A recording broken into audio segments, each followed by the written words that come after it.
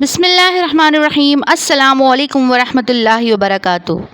نیا اسلامی سال آپ سب کو بہت بہت مبارک ہو۔ اس نئے سال میں آپ کا ایمان مضبوط ہو اور آپ کا دل شکر سے لبریز ہو، اور اللہ تعالیٰ کی رحمتیں، برکتیں، خوشیاں ہمیشہ ہمیشہ آپ کے ساتھ رہے، آمین ثم آمین۔ تو ہمارا جو نیا سال ہے اسلامی سال، وہ یکم محرم سے شروع ہوتا ہے۔ یہ وہ شخصیت ہے کہ جنہوں نے 12 لاکھ مربع میل سلطنت پر حکومت کی، اور یہ وہ ہیں جنہوں نے راتوں کو اٹھ اٹھ کر لوگوں کی خبر گیری کی، اور شیطان بھی جن کی آہٹ سے بھاگ جاتا تھا، اور جن کے لیے پیارے نبی صلی اللہ علیہ وسلم نے فرمایا کہ تم سے پہلے بنی اسرائیل میں ایسے لوگ گزر چکے ہیں کہ جن سے فرشتے باتیں کرتے تھے، یعنی انہیں الہام ہوتا تھا۔ اگرچہ وہ نبی تو نہیں تھے، مگر اگر میری امت میں سے کوئی ایسا ہوتا تو وہ حضرت عمر رضی اللہ تعالیٰ عنہ تھے۔ سبحان اللہ۔ تو حضرت عمر رضی اللہ تعالیٰ عنہ ہمارے پیارے صحابہ تھے، اور جنہوں نے جب اسلام قبول کیا تو آپ کے اس قبول اسلام سے مسلمانوں کی تعداد 40 تک مکمل ہوئی۔ جمعے کی صبح مسلمان ہوئے، اور ان کا مسلمان ہونا تھا کہ کفار کے حوصلے پست ہو گئے کہ عمر کا اسلام لانا مسلمانوں کے لیے بہت بڑی فتح تھی۔ حضور اکرم صلی اللہ علیہ وسلم نے دعا مانگی تھی کہ یا اللہ، عمر اور ابو جہل میں جو تجھے زیادہ پسند ہو اس سے اسلام کو قوت عطا فرما، یعنی یہ دونوں قوت میں اتنے مشہور تھے۔ معلوم ہوا کہ حضرت صلی اللہ علیہ وسلم کی دعا حضرت عمر کے حق میں قبول ہو گئی، اور اس کے بعد حضرت صلی اللہ علیہ وسلم کی خدمت میں حاضر ہوئے اور مسلمان ہوئے۔ حضرت عمر رضی اللہ تعالیٰ عنہ بسا اوقات ایک تنکا ہاتھ میں لیتے اور فرماتے کاش میں یہ تنکا ہوتا، کبھی فرماتے کاش مجھے میری ماں نے جنا ہی نہ ہوتا۔ ایک مرتبہ کسی کام میں مشغول تھے کہ ایک شخص آیا اور کہنے لگا کہ فلاں شخص نے مجھ پہ بہت ظلم کیا، آپ ذرا چل کر مجھ سے اس سے بدلہ لیں۔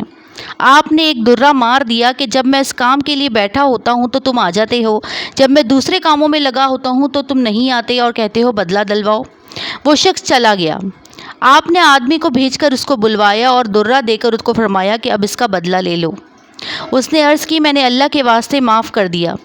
گھر تشریف لائے، 2 رکعت نماز پڑھی، اس کے بعد اپنے آپ کو خطاب کر کے فرمایا کہ اے عمر، تو کمینہ تھا، اللہ نے تجھ کو اونچا کیا، تو گمراہ تھا، اللہ نے تجھ کو ہدایت دی، تو ذلیل تھا، اللہ نے تجھے عزت دی، پھر لوگوں کو بادشاہ بنایا۔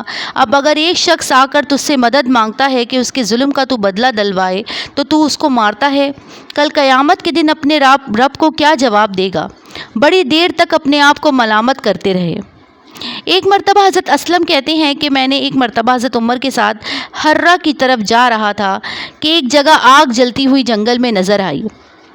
وہاں ایک عورت کے چند بچے اس کے ساتھ رو رہے اور چلا رہے تھے، اور دیگچی پہ کچھ پانی وغیرہ بھرا ہوا تھا، اور اس کے نیچے آگ جل رہی تھی۔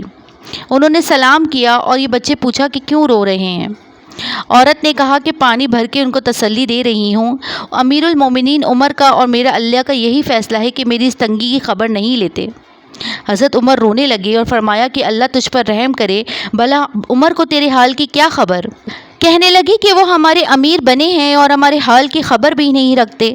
اسلم رضی اللہ تعالیٰ عنہ کہتے ہیں کہ حضرت عمر رضی اللہ تعالیٰ عنہ مجھے ساتھ لیے اور ایک بوری میں بیت المال سے کچھ آٹا، کھجوریں اور چربی وغیرہ لے کر آئے، اور کچھ کپڑے اور دھرم بھی لیے، اور بوری میں خود اپنے کمر پر رکھ دیا۔ میں نے عرض کیا کہ میں لے چلوں؟ آپ رضی اللہ تعالیٰ نے فرمایا نہیں، میری کمر پر رکھ دو۔ میں نے 2-3 مرتبہ اصرار کیا تو فرمایا کہ قیامت کے دن بھی کیا میرا بوجھ تم اٹھاؤ گے؟ کہ قیامت میں مجھ سے ان کا سوال ہوگا تو پھر تم کیا کہو گے؟ مجبور ہو کر میں نے بوری آپ کی کمر پر رکھ دی۔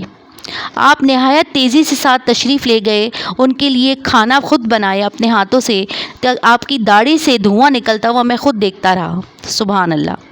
اس کے بعد اپنے دستے مبارک سے نکال کر ان کو ہاتھ سے اپنے کھانا کھلایا۔ وہ سیر ہو کر ہنسی خوشی میں مشغول ہو گئے۔ جو بچہ وقت تھا وہ ان کے پاس بیٹھے رہے۔ وہ عورت بہت خوش ہو گئی اور کہنے لگی اللہ تمہیں جزائے خیر دے کہ تم نے اس مستحق کے بجائے حضرت عمر کے تم ہی خلیفہ بنائے جاتے۔ حضرت عمر نے اس کو تسلی دی اور فرمایا کہ جب تم خلیفہ کے پاس جاؤ تو مجھ کو بھی وہیں پاؤ گی۔ حضرت عمر رضی اللہ تعالیٰ اس کے قریب ذرا سے ہی ہٹ کر زمین پر بیٹھ گئے، اور تھوڑی دیر بیٹھنے کے بعد چلے آئے۔ فرمایا کہ میں اس لیے بیٹھا تھا کہ میں نے ان کو روتا ہوا دیکھا تھا، اور میرا دل چاہا کہ میں ان کو ہنستا ہوا دیکھوں۔ صبح کی نماز میں اکثر سورہ کہف اور طٰہٰ وغیرہ بڑی صورتیں پڑھتے اور خوب روتے اور کئی کئی صفوں تک آواز جاتی۔ سبحان اللہ۔ ایک مرتبہ صبح کی نماز میں سورہ یوسف پڑھ رہے تھے کہ انما اشکو بثی و حزنی الی اللہ پر پہنچے تو بہت روئے اور اتنا روئے کہ آواز بھی نہ نکلی۔ تہجد کی نماز میں بعض مرتبہ روتے روتے گر جاتے اور بیمار ہو جاتے۔